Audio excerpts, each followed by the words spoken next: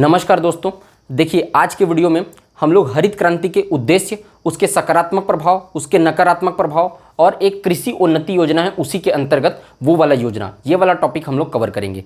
देखिए कथन कारण वाले एक क्वेश्चन, कथन कारण टाइप का बना के इस टाइप के क्वेश्चन को पूछ सकता है। सकारात्मक प्रभाव नकारात्मक प्रभाव को घटक को पूछ चुका है एक बार, ठीक है। जो हरित क्रांति के घटक निम्न में से कौन नहीं, एक बार पूछा है क्वेश्चन, या निम्न में से कौन है, ऐसा करके। तो इस तरीके का जब क्वेश्चन आया है तो इस तरीके का भी सवाल इस बार आने का पूरी तरीके से संभावना है। इसलिए आपको धीरे धीरे करके अच्छे से समझते हुए चलना है जो मैं बताऊंगा आपको, और ये जो पॉइंट्स मैं लिखा हूं उसको नोट करते हुए चलना है। इसके अंदर का जो पॉइंट्स है वो मैं आपको बोलते हुए चलूंगा। अगर आप लोग को समझ में ना आए या लंबे समय तक अगर आप याद न रख पाओ तो उसको शॉर्ट में लिखते हुए चलना। देखिए निबंध नहीं लिखना है आपको, ऐसे नहीं लिखना है कि ये सब पॉइंट को क्या है डिस्कस करूं, एकदम डिटेल में आपको थ्योरी टाइप का लिखवा दूं मैं, वो सब काम नहीं करना है। आपको पॉइंट्स याद रखने हैं और वो पॉइंट क्यों लिखा हुआ है उसको दिमाग में याद रखना है। तो ये चीज़ों को आप लोग थोड़ा सा कोऑपरेट करके चलेंगे। मैं यहाँ पे पॉइंट्स लिखा हूँ, मैं आपको एक्सप्लेन करूँगा, आपको समझ में नहीं आएगा तो आप लिख लीजिएगा, ठीक है, अगर याद नहीं रख पाएंगे तो।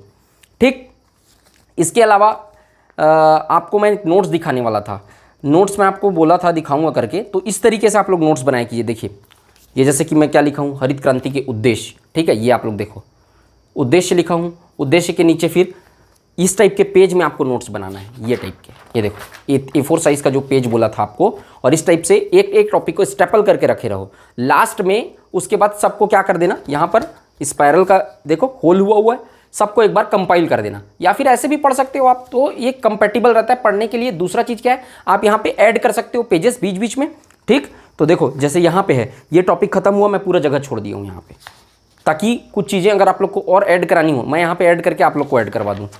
कोई भी टॉपिक खत्म हुआ है, ये देखो यहाँ पे पूरा जगह छोड़ा हूँ। ये एक टॉपिक है, अगर ये कृषि उन्नति योजना है ना, ये तो मैं यहाँ तक लिखा हूँ, फिर पूरा जगह छोड़ा हूँ। समझ रहे हो आप लोग? तो इसी तरीके से कोई भी एक योजना है, पूरा पेज छोड़ना है आपको। आधा में आ रहा है, पूरा पेज छोड़ो उसको, बाकी इस तरीके का, ये ठीक। इस तरीके से नोट्स आप जब बनाओगे तो आपको बेनिफिट मिलेगा उससे। कोई भी चीज़ को नया पेज को ऐड कर सकते हो, उसके बाद लास्ट में कंपाइल करवा लेना उसको, ठीक है। तो इस तरीके से नोट्स प्रिपेयर किया जाता है। तो ये तरीका आप लोग अपनाओ नोट्स प्रिपेयर करने के लिए। जो गांव ग्रामीण क्षेत्र से बिलोंग कर रहे हैं वो लोग के पास अगर कहीं A4 साइज़ का अवेलेबल नहीं है, ठीक है, तो भी कोई बात नहीं है। आप लोग जिस तरीके के भी कॉपी में नोट्स बना रहे हैं, कोई दिक्कत वाली बात नहीं है, कॉपी में भी आप लोग नोट्स बना सकते हैं। बस थोड़ा पेज छोड़ते चलिएगा, और अगर कहीं और अदर पेज ऐड करना पड़ा तो फेविकॉल से पेज के स्टिक करके चिपका दीजिएगा वहाँ पर, तो भी कोई दिक्कत नहीं है। लेकिन अगर जो कर सकते हैं वो ये करो, इससे बेनिफिट मिलेगा।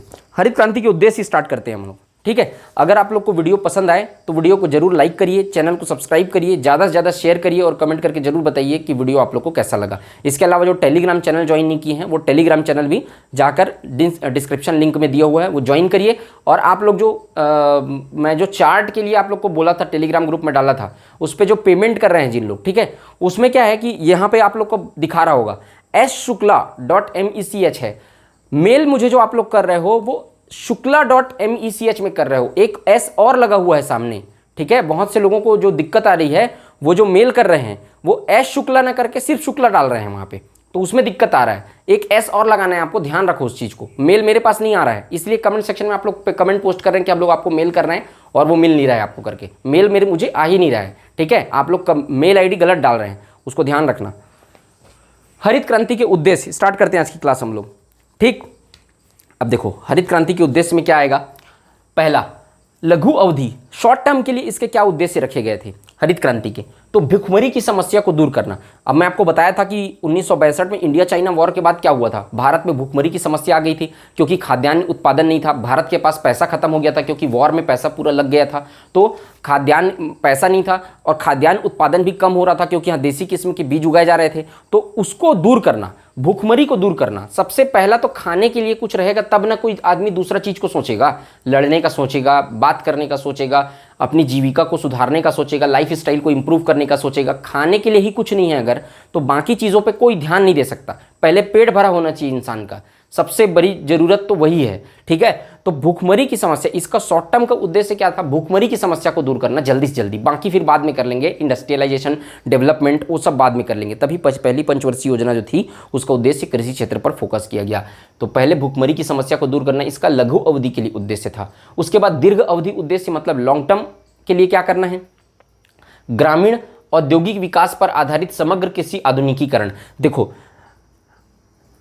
मॉडर्नाइजेशन करना एग्रीकल्चर का, मॉडर्नाइजेशन कैसे करना भाई, जो हमारे किसान हैं उनके पास इतना साधन उपलब्ध नहीं है, वो नई नई टेक्नोलॉजी और नई नई मशीनों के माध्यम से क्या नहीं कर पा रहे हैं, कृषि नहीं कर पा रहे हैं। अपने हाथ से बुआई करते थे, अपने हाथ से कटाई करते थे, उसमें समय ज़्यादा लगता था, मैन पावर ज़्यादा लगता था, पैसा भी थोड़ा ज़्यादा लगता था। देखो, आप अगर मशीनीकरण कर दिए किसी चीज़ का तो पैसा वन टाइम इन्वेस्टमेंट है, लेकिन आप पहली चीज़ तो उस मशीनीकरण से पैसा कमा भी सकते हो, क्योंकि उसको किराए में देके, जैसे कि थ्रेशर है, थ्रेशर से आप पैसा कमा भी सकते हो दूसरे को देके, और खुद के लिए भी क्या रहता है, उससे टाइम बचता है, मैन पावर कम लगता है, पैसा भी बचता है लॉन्ग टर्म के लिए। ठीक, तो अगर कृषि में मॉडर्नाइजेशन किया जाएगा, अगर कृषि में नई टेक्नोलॉजीज का यूज़ किया जाएगा, अभी आप लोग देखे होंगे थ्रेशर और ट्रैक्टर, बहुत सारी और भी और अन्य टाइप की मशीनें, आप सीडिंग के लिए, मतलब कि बीज लगाने के लिए, रोपाई बुआई सब के लिए मशीन आ गया है। तो उससे क्या होता है, टाइम का बचत होता है। एडवांटेज डिसएडवांटेज दोनों है, डिसएडवांटेज भी बताऊंगा उसका।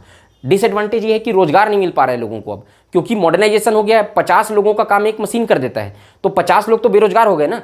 तो इस तरीके से चीजें हो रही, कुछ फायदा है तो कुछ नुकसान भी है। तो इसीलिए क्या किया गया, आधुनिकीकरण के लिए आधारित समग्र कृषि आधुनिकीकरण करना, कृषि का मॉडर्नाइजेशन कर देना, जिससे क्या करे, मैन पावर कम हो, टाइम कम लगे, किसानों को उचित मूल्य मिल पाए, उनका जल्दी हो पाए काम, इसलिए। और बुनियादी ढांचे का विकास, जो बेसिक स्ट्रक्चर है उसका डेवलपमेंट करना, और कच्चे माल की आपूर्ति करना, मतलब कि कच्चे माल की आपूर्ति इंडस्ट्रियल, ये प्राइमरी सेक्टर है। प्राइमरी सेक्टर में क्या होता है, रॉ मटेरियल, कच्चे माल, टमाटर एग्जांपल दिया था आपको, टमाटर अवेलेबल कराना किसको, इंडस्ट्री को, फूड प्रोसेसिंग इंडस्ट्री को, ताकि फूड प्रोसेसिंग इंडस्ट्री अच्छे से चल सके। फूड प्रोसेसिंग इंडस्ट्री से फूड बन के कहाँ जाएगा, होटल्स में जाएगा, ताकि टर्सरी सेक्टर आ गया, मतलब तीसरा क्षेत्र आ गया। तो वहाँ पर प्राइमरी सेक्टर से दूसरा सेक्टर को हेल्प मिला, दूसरा सेक्टर से तीसरा सेक्टर को हेल्प मिला। ठीक, तो इस तरीके से इसलिए करके क्या करना, कच्चे माल की आपूर्ति को अच्छा करना। अगर आपको कोई भी इंडस्ट्री है, उसको रॉ मटेरियल ही नहीं मिला तो इंडस्ट्री चलेगी कैसे। तो पूरा चीज़ें किसके ऊपर डिपेंड है, प्राइमरी सेक्टर के ऊपर डिपेंड है, कहीं ना कहीं इनडायरेक्ट रूप से।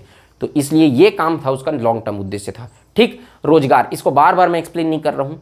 ठीक है, रोजगार मतलब ग्रामीण रोजगार, आप लोग जानते हैं, कृषि से संबंधित क्या मिलेगा, रोजगार देना। हरित क्रांति का उद्देश्य क्या था कि जब डेवलपमेंट, भाई जब पैदावार ज़्यादा होगी, अधिक मात्रा में उपज ज़्यादा होगा, तो लोगों को क्या मिलेगा, ग्रामीण क्षेत्रों में उससे संबंधित रोजगार मिलेगा, लोगों के पास पैसा आएगा, आजीविका के साधन उपलब्ध होंगे उनको। ठीक है, ये रोजगार और भी आगे आएगा, मैं बार बार इसको एक्सप्लेन नहीं करूँगा। ठीक है, इसको ध्यान रखना, रोजगार का मतलब सभी जगह एक ही है भाई, ग्रामीण रोजगार का मतलब।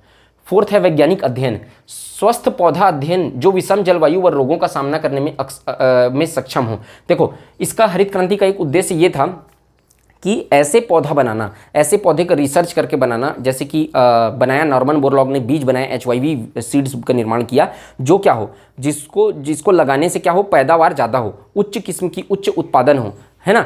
लगाने पर और थोड़ा सा पोटास डाल दिए, उर्वरक डाल दिए, फटाक से उग जाए और जल्दी उसका उत्पादन में तेजी आए। और विषम परिस्थिति में और विषम जलवायु में ऐसा कोई ये बनाना, रिसर्च को बढ़ावा देना। मतलब हरित क्रांति का एक उद्देश्य क्या था, रिसर्च को भी बढ़ावा देना, ताकि विषम परिस्थिति, विषम जलवायु में, जलवायु परिवर्तन हो रहा है या फिर ज़्यादा बारिश हो गया, कम बारिश हो गया, ऐसे कंडीशन में भी ये जो आप जो क्रॉप लगा रहे हैं, जो बीज लगा रहे हैं, वो सर्वाइव कर जाए ऐसा, और रोगों का सामना करने में सक्षम हो, ऐसा रिसर्च करना। और वो जो बीज है वो नुकसान न करे किसी को, रोगों का कारण सामना करने में सक्षम हो, ऐसे बीज का निर्माण करना, ऐसे बीज को रिसर्च करना, इसका उद्देश्य था, इसलिए वैज्ञानिक अध्ययन कहा गया। पांचवा, कृषि का वैश्वीकरण।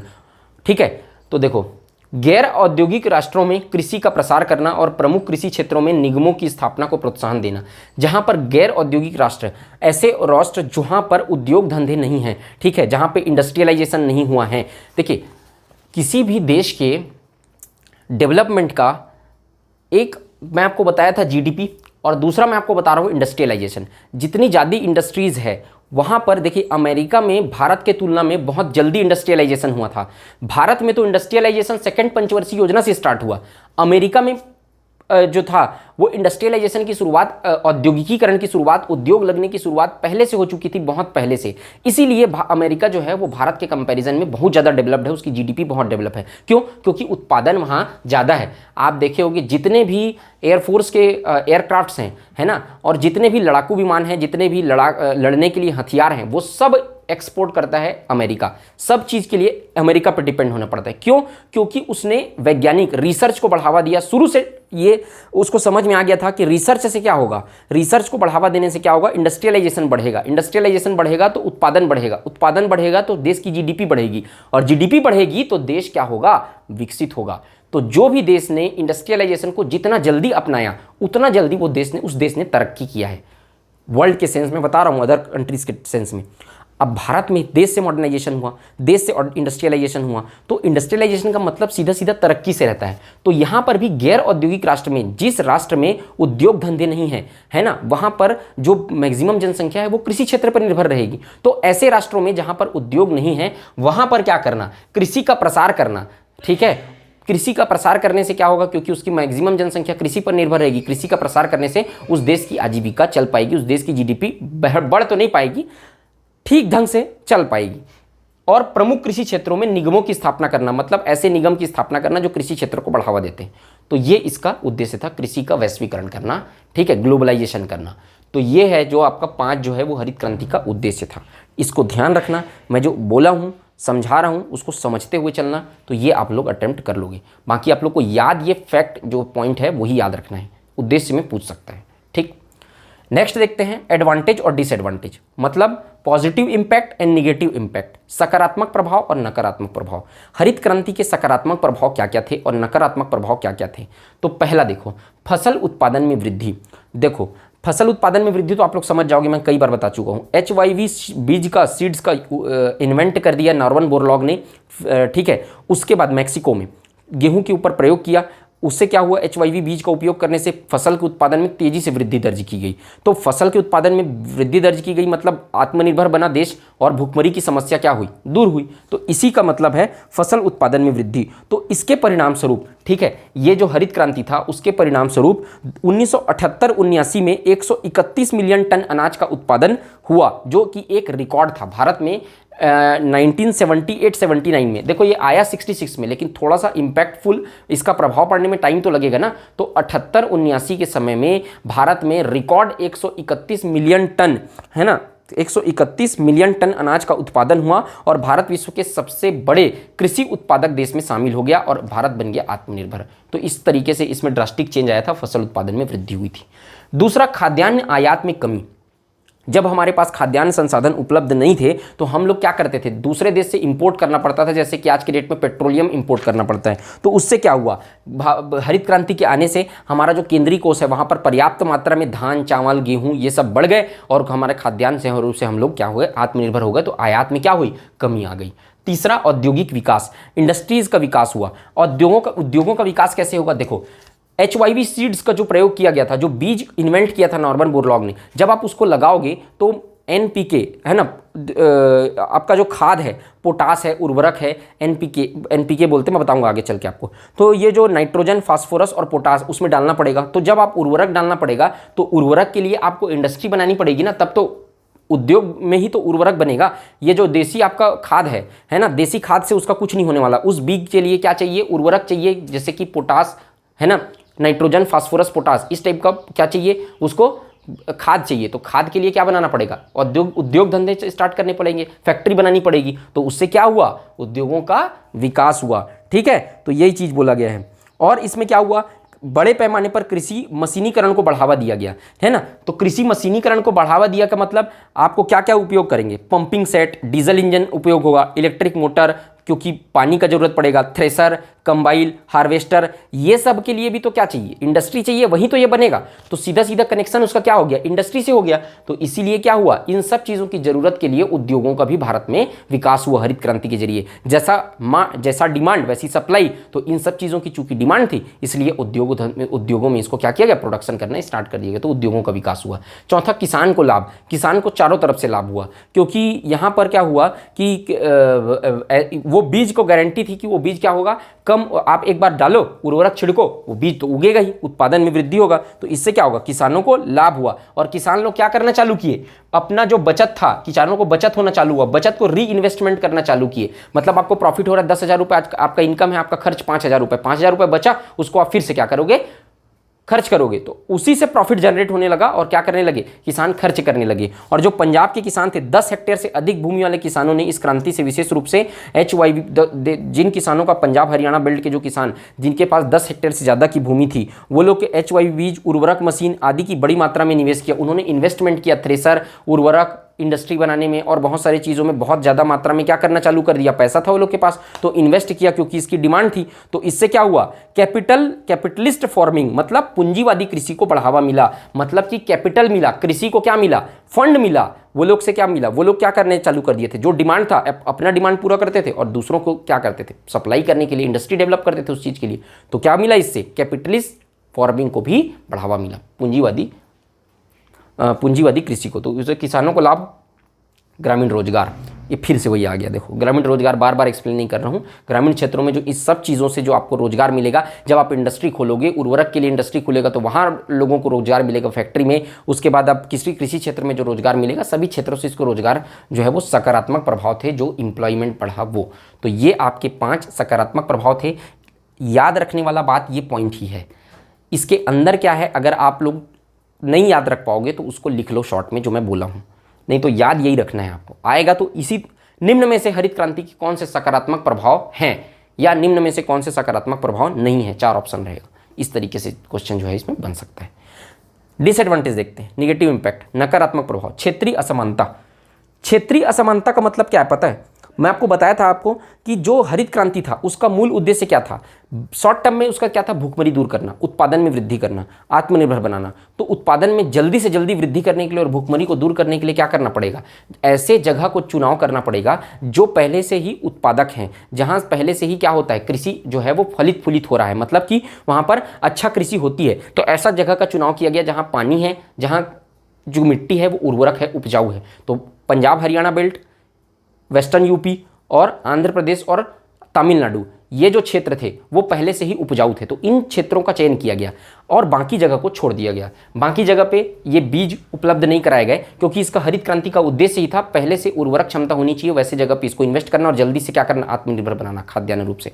तो क्या हुआ इससे, जो किसान पंजाब हरियाणा के थे, जिन लोग का जमीन वहाँ था और जिन लोग का जमीन आंध्र प्रदेश और तमिलनाडु में था, वो किसान क्या हो गए, अमीर हो गए, क्योंकि उनको ये सीड मिला, उर्वरक मिला, ऋण मिला, सब चीज़ों को सपोर्ट किया गवर्नमेंट ने। तो क्या बढ़ गए, उठ गए। आज भी आप लोग देखोगे पंजाब हरियाणा के किसान बाकी जगह के कंपैरिजन में ज़्यादा रीच हैं, तो हरित क्रांति का इम्पैक्ट है वहाँ, ठीक है। तो वो लोग जो, और बाकी जगह क्या हुआ, बाकी जगह के किसान, गरीब किसान और गरीब होता गया और अमीर किसान और अमीर होता गया। तो इसमें क्या आया, इम्बैलेंस आया, एक फाइनेंशियल इम्बैलेंस आ गया, गरीब आदमी गरीब हो रहा है, अमीर आदमी अमीर हो रहा है। असमानता, क्षेत्र के आधार पर क्या हो गई, असमानता हो गई। काम दोनों एक ही कर रहे हैं, छत्तीसगढ़ का किसान भी वही काम कर रहा है जो पंजाब का किसान कर रहा है, लेकिन पंजाब के किसान को दुगनी आय मिल रही है और छत्तीसगढ़ के किसान को आधी आय मिल रही है। ये चीज इसका निगेटिव इंपैक्ट था, जिसको कहा गया क्षेत्रीय असमानता, ठीक है, समझ गए। दूसरा, गैर खाद्य अनाज शामिल नहीं। देखो इसमें क्या शामिल किया गया हरित क्रांति में, गेहूं, चावल, उसके बाद मक्का, ज्वार, बाजरा, मक्का, ठीक है। तो ध्यान रखना, गेहूं, चावल, ज्वार, बाजरा, मक्का। पहले गेहूं पर रिसर्च किया गया, नॉर्मन बोरलॉग ने किया, HYV सीड तैयार किया, फिर चावल पे किया, फिर धीरे धीरे करके मक्का, ज्वार, बाजरा, इन 6 फसलों पर तो ध्यान दिया गया। लेकिन गैर खाद्य, क्योंकि खाने के लायक फसल थे, और गैर खाद्य अनाज जैसे कि तिलहन है, और गैर खाद्य अनाज में और भी चीज़ें आती हैं, जैसे कि तिलहन आता है और दलहन, तिलहन, मोटा अनाज, उन सब चीज़ों को हरित क्रांति के दायरे से बाहर रखा गया। उन सब चीज़ों में इन्वेस्टमेंट नहीं किया गया, उन सब चीज़ों में रिसर्च नहीं किया गया। तो उससे क्या हुआ, खाद्यान्न तो ऊपर जुड़ गया, लेकिन अनाज जो मोटा अनाज है, दलहन है, तिलहन है, वो क्या गया, गिर गया, उसका प्रोडक्शन क्या हुआ, गिर गया। तो गैर खाद्यान्न अनाज को शामिल नहीं किया गया, तो वो उसका प्रोडक्शन गिर गया। खाद्यान्न का प्रोडक्शन एकदम बढ़ गया कि अब ओवर प्रोडक्शन हो गया, इंपोर्ट एक्सपोर्ट करने लगे हम, लेकिन दलहन, तिलहन, मोटा अनाज कम हो गया।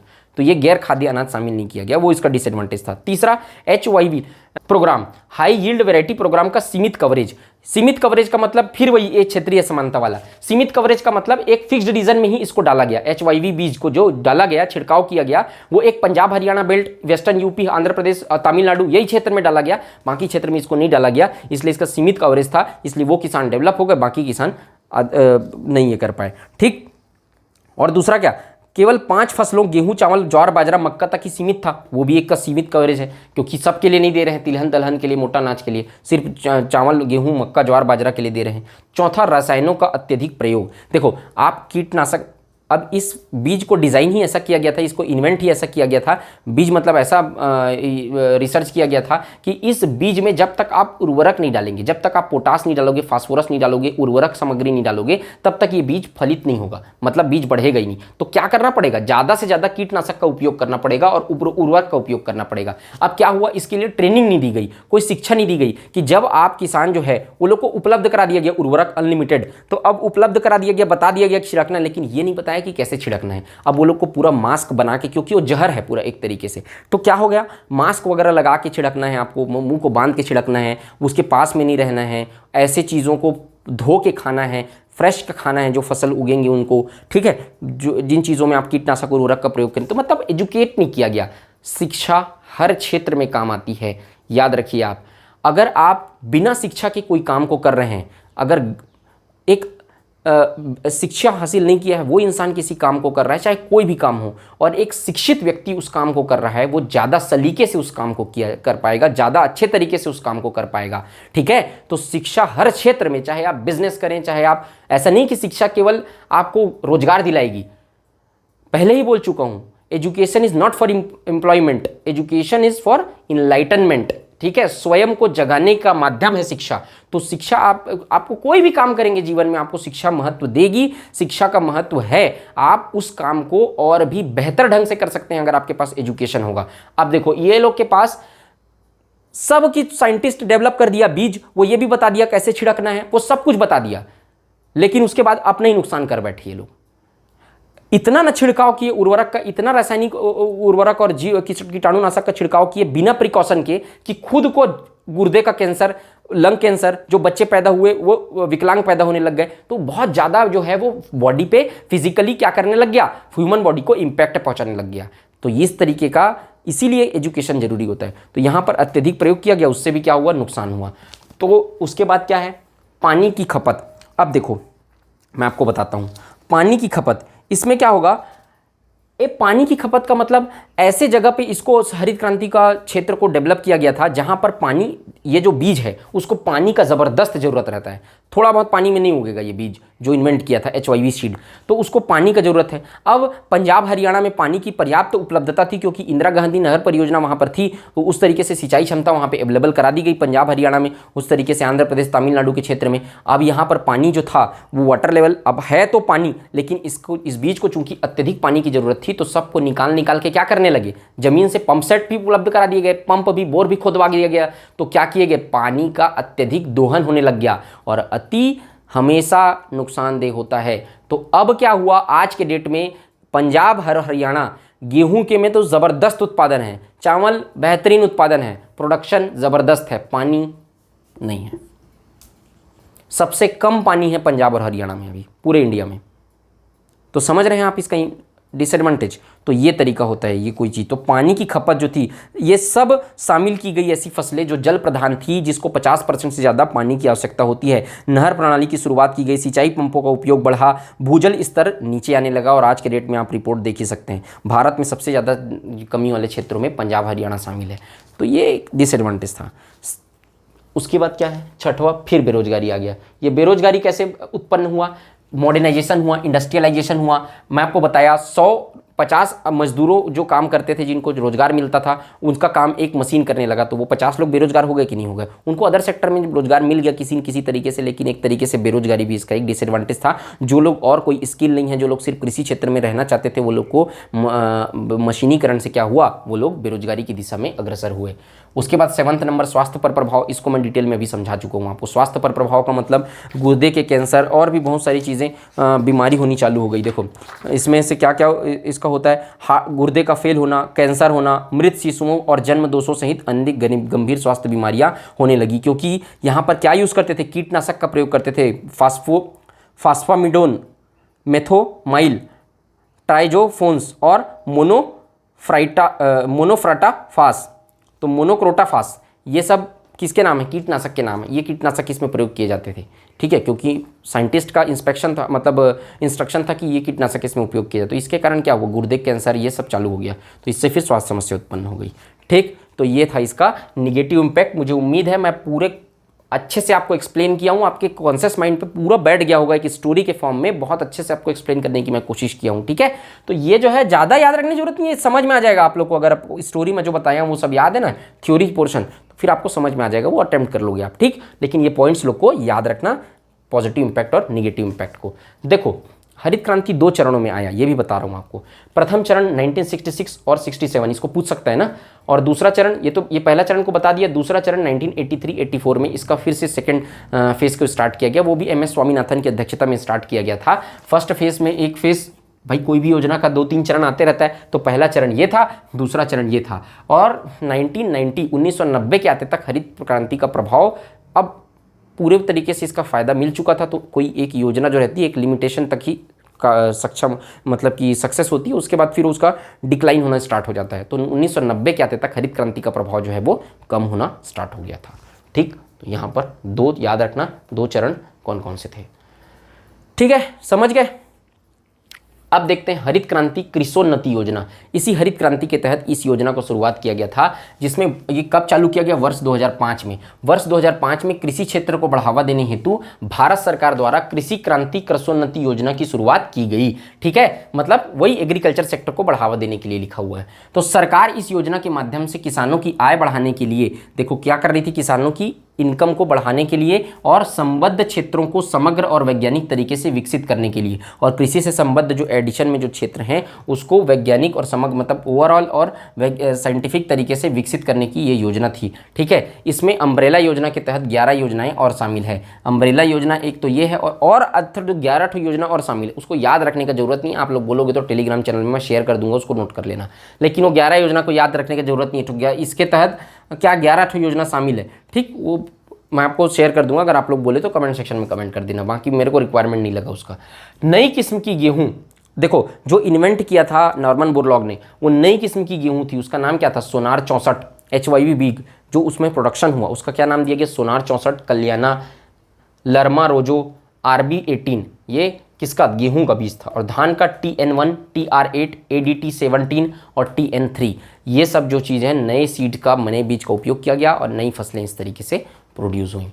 ठीक है, तो अब ये जो टॉपिक है इसको आप अच्छे से नोट कर लीजिए। इसके बाद हम लोग का 1-2 टॉपिक और बचा हुआ है इसमें हरित क्रांति में, 1-2 योजना। एक और हरित सदाबहार हरित क्रांति और एक दूसरी हरित क्रांति भी आई थी, सेकंड ग्रीन रिवॉल्यूशन, वो APJ अब्दुल कलाम के टेन्योर में आई थी। और उसके बाद हरित क्रांति के घटक पढ़ेंगे हम लोग, जो पिछले पेपर में आ चुका है। और फिर और भी जो उत्पादन है, जो क्रांति है, उसको मैं एक बार में बता दूंगा आपको। तो अगले वीडियो में जो है वो हरित क्रांति हम लोग का पूरी तरीके से खत्म हो जाएगा। ठीक है, मैं आप लोग को कोई भी चीज़ छोड़वाना नहीं चाह रहा हूँ। हरित क्रांति से रिलेटेड क्वेश्चंस पहले आ चुके हैं, बहुत सारे पेपर्स में आते रहते, बहुत बड़ा रिवॉल्यूशन, बहुत बड़ी क्रांति थी। ठीक है, इसलिए मैं कोई भी चीज़ छोड़वाना नहीं चाह रहा हूँ। आप लोग के पास पर्याप्त समय है, बिल्कुल हड़बड़ी करने का जरूरत नहीं है। एक्सपेक्टेड ऐसा है कि उम्मीद है कि जुलाई तक आएगा आप लोग का नोटिफिकेशन। ठीक है, तो अब जब जुलाई तक नोटिफिकेशन आने का एक्सपेक्टेड है, तो आप लोग का एग्जाम कब तक होगा, अगस्त, लगभग 40 दिन का टाइम तो उस समय मिलेगा। तो आप लोग के पास पर्याप्त समय है, तब तक ये जो हम लोग का जो ये है आजीविका वाला टॉपिक, वो आराम से खत्म हो जाएगा। तो आप लोग को मैं पूरी तरीके से कोशिश कर रहा हूँ कि कुछ चीज़ छूटे ना, आप लोग का